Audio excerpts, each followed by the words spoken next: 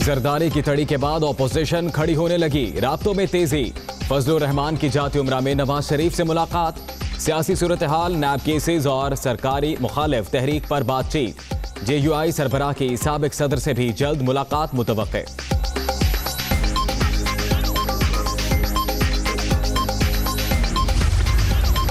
वजीर आजम खलाई और मुसल्लत करदा, PTI की अक्सरियत जाली करार। नवाज शरीफ हुकूमत की मुखालफत करने पर मुत्तफिक, तहरीक का तरीकाकार तय करना बाकी है। नैब के मामले में सख्त फैसले करने चाहिए। फजलुर रहमान की लाहौर में मीडिया टॉक। पूरा यकीन है कि मौलाना फजलुर रहमान इन चोरों और डाकुओं को, मैं उनका एहतराम करता हूं और करता रहूंगा, लेकिन उनकी मदद, क्योंकि फाटा में इलेक्शन होने जा रहे हैं, उनको पता है कि वहाँ PTI की हुकूमत आ रही है, इसलिए उनको ये बर्दाश्त नहीं है। ऑपोजिशन के एक्शन, हुकूमत को टेंशन। फजलुर रहमान पर नजर। शेख रशीद ने फाटा इलेक्शन में JUI के हारने की पेशगोई कर दी।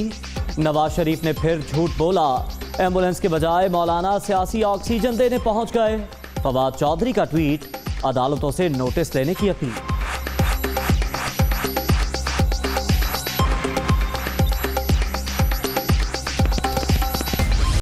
रमजान शुगर मिल्स केस में शहबाज शरीफ और हमजा शहबाज पर फर्द जुर्मायद।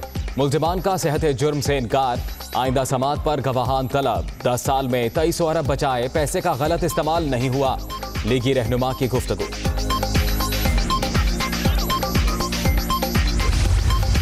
शहबाज शरीफ, हमजा और सलमान के खिलाफ असासा जात केस में पेशरफ। मुबैना फ्रंटमैन मुल्जिम मोहम्मद मुश्ताक लाहौर की एहतसाब अदालत में पेश।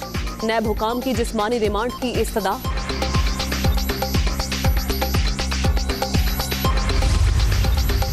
आमदन से जायद असासे बनाने का इल्जाम। ख्वाजा आसिफ की नैब रावलपिंडी ऑफिस में पेशी। बैरून मुल्क जायदादों से मुताल्लिक पूछकर।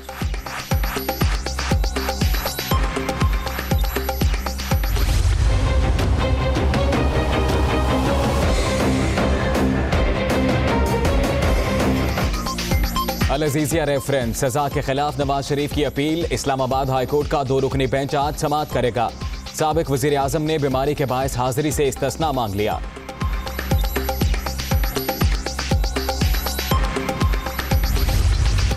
जाली अकाउंट्स केस, नैब का दूसरा रेफरेंस भी समाअत के लिए मंजूर। पिंक रेजिडेंसी रेफरेंस में जरदारी के करीबी साथी आफ्ताब मेमन समेत 19 मुल्जिमान नामजद। मनी लॉन्ड्रिंग और इख्तियारात से तजावुज का इल्जाम।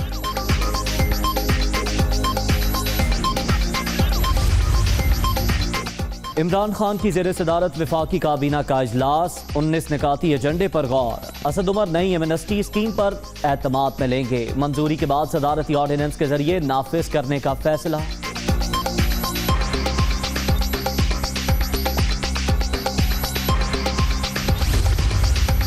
इसराइल और भारत की क़यादत का अखलाकी दिवालियापन। इलेक्शन जीतने के लिए आइन की खिलाफ वर्जी करते हैं, आलमी कवानीन तोड़ते हैं, अवाम को गुमराह किया जा रहा है। वजीर आजम इमरान खान का ट्वीट।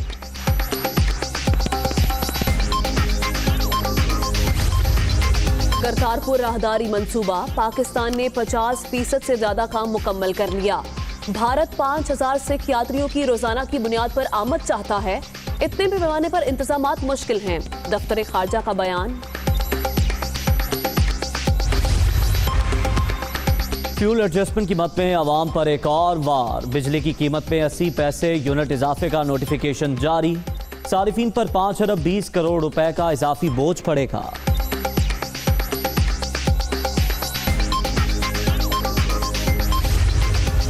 सरकारी अराजी पेट्रोल पंप्स को लीज पर देने का केस, क्यों ना मामला नैब को भेज दें। वुकला आवाज धीमी रखें। ये लाहौर हाईकोर्ट नहीं जहां शोर मचाकर फैसला ले लेंगे। जस्टिस अजमत सईद बरहम।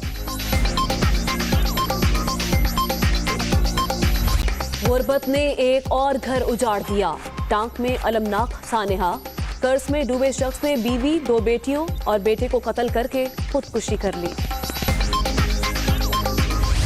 कराची पुलिस पर नौजवान को छत से गिराकर जान लेने का इल्जाम। लांठी में पुलिस का छापा। लड़की से छेड़खानी का मुल्जिम बिलाल फरार होने की कोशिश में 4थी मंजिल से गिरकर हलाक हुआ। हुकाम और मुखालिफिन का दावा।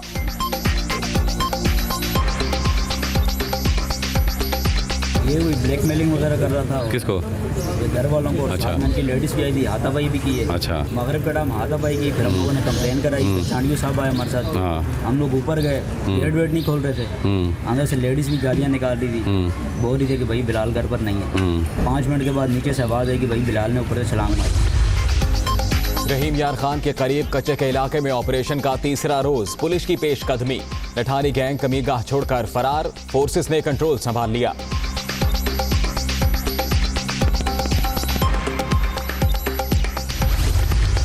फैसलाबाद में दिन दिहाड़े लूटमार, जिलानी रोड पर शॉपिंग सेंटर में डकैती, खातून की मजाहमत पर फायरिंग।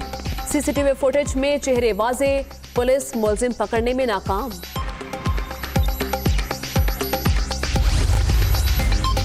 नारोवाल पुलिस का कारनामा, 2 खानदानों में मकान पर झगड़ा, बच्चों के खिलाफ मुकदमा दर्ज। जफरवाल में दूसरी और चौथी जमात के तलबा की अदालत से जमानत मंजूर।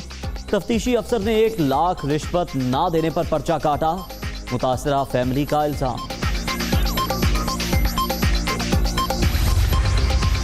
FIA की रावलपिंडी में बड़ी कार्रवाई, उम्रा कराने का झांसा देकर अवाम को लूटने वाला मुलजिम गिरफ्तार। 80 पार। ये हाल है, गर्मी में हम लोग यहाँ बैठे, क्लासें नहीं है, किताबें भी मौजूद नहीं है हम लोग के पास, 2-3 किताबें। Classroom, desk, नाटाट। कोयटा में पश्तूनाबाद का गवर्नमेंट प्राइमरी स्कूल सहूलतों से महरूम। 4 कमरों, सीढ़ियों और बरामदे में क्लासेस। उसातिज़ा ने अपनी मददात के तहत कनातें लगा दी।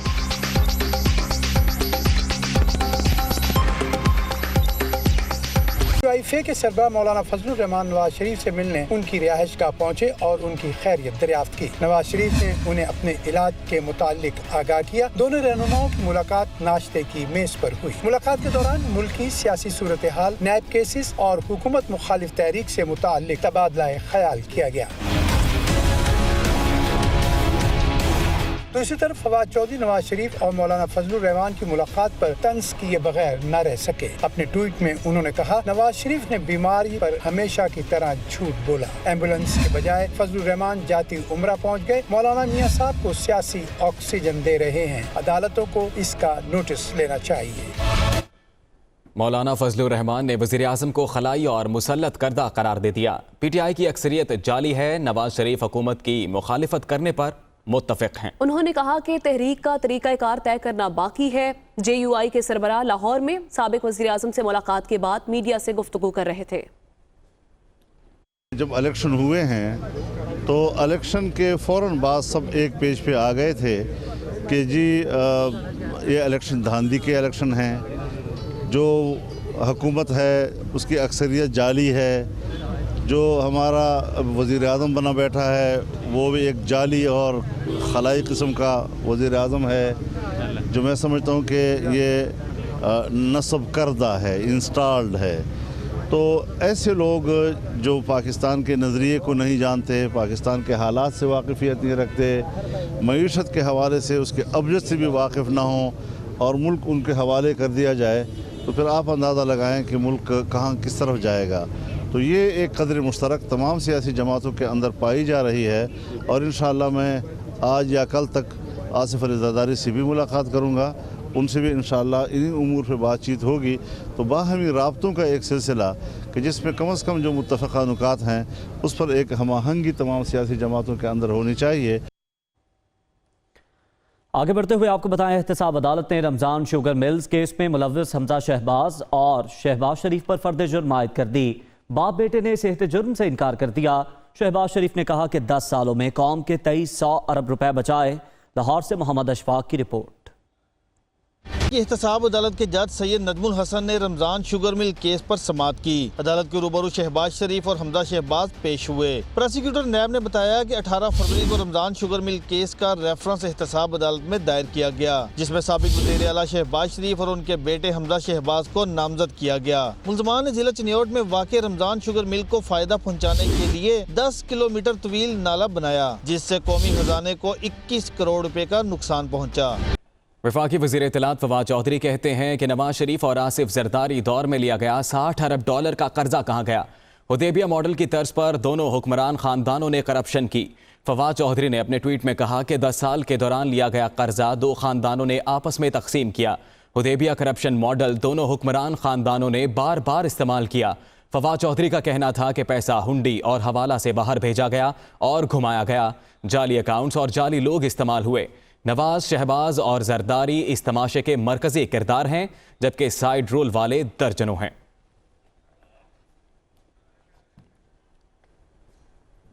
आगे बढ़े, आपको बताएं कि रेलवे के वजीर शेख रशीद ने कहा है कि शहबाज शरीफ, हमजा शहबाज और सलमान शहबाज का केस बहुत संजीदा है। जरदारी और शहबाज शरीफ का केस एक जैसा है।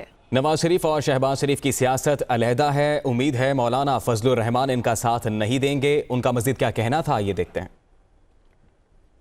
सारे पैसे जो नवाज शरीफ और शहबाज शरीफ ने लूटे, उसका कौम सूद 7 अरब रुपया दे रही है रोज का, और पाकिस्तान की हुकूमत पैसे मांग रही है इनका सूद अदा करने के लिए। शहबाज शरीफ का केस कल जो मैंने प्रोसीडिंग पढ़ी है बड़ा सीरियस है। हमजे का केस बड़ा सीरियस है। आज नवाज शरीफ और शहबाज शरीफ की सियासत अलग है। शहबाज शरीफ का हथौड़े वाला और आसफ जरदारी का फलूदे वाला दोनों अंदर से एक निकले हैं। पूरा यकीन है कि मौलाना फजलुर रहमान इन चोरों और डाकुओं को, मैं उनका एहतराम करता हूँ और करता रहूँगा, लेकिन उनकी मदद, क्योंकि फाटा में इलेक्शन होने जा रहे हैं, उनको पता है कि वहाँ PTI की हुकूमत आ रही है, इसलिए उनको ये बर्दाश्त नहीं। और अब आपको बताएं कि एक और लीगी रहनुमा की नैब में पेशी। ख्वाजा आसिफ का नैब रावलपिंडी में बयान रिकॉर्ड। नैब टीम की जानिब से सवाल किया गया कि मुल्क में आपके मजमूई असासे कितने हैं, बैरून मुल्क कितनी जायदादें हैं, क्या तमाम असासे जाहिर शुदा हैं। नैब टीम की जानिब से यह भी सवाल किया गया कि बैरून मुल्क असासों की दस्तावीज़ कहाँ हैं। ख्वाजा आसिफ ने मौक़िफ़ अपनाया कि इन सवालों से मुतल्लिक पहले आगाह नहीं किया गया। कुछ रिकॉर्ड साथ लाया हूँ, बाकी भी जल्द ले आऊँगा। अपना बयान जवाब की शक्ल में तहरीरी तौर पर भी दें, यह भी कहना था नैब टीम का। इससे कबल नैब ने ख्वाजा आसिफ को 1 अप्रैल को तलब किया था, ताहम वो बैरून मुल्क होने की वजह से पेश ना हो सके थे।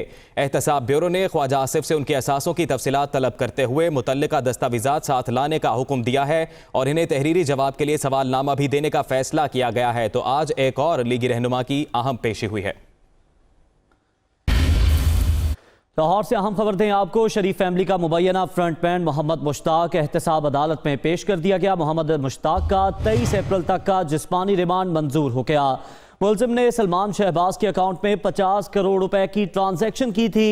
नैब हुकाम का यह मौक़िफ़ है। मुलजिम मोहम्मद मुश्ताक रमज़ान शुगर मिल्स का मैनेजर था जब कल के रोज उसकी गिरफ्तारी अमल में लाई गई। जब वो बैरून मुल्क फरार हो रहा था, FIA की जानिब से यह कार्रवाई अमल में लाई गई और उसे गिरफ्तार किया गया। शरीफ फैमिली का मुबैना फ्रंटमैन बताया जाता है मोहम्मद मुश्ताक, जिसे कल के रोज गिरफ्तार किया गया और आज एहतसाब अदालत में पेश कर दिया गया, जिस पर एहतसाब अदालत ने मोहम्मद मुश्ताक का 23 अप्रैल तक का जिस्मानी रिमांड मंजूर कर लिया है।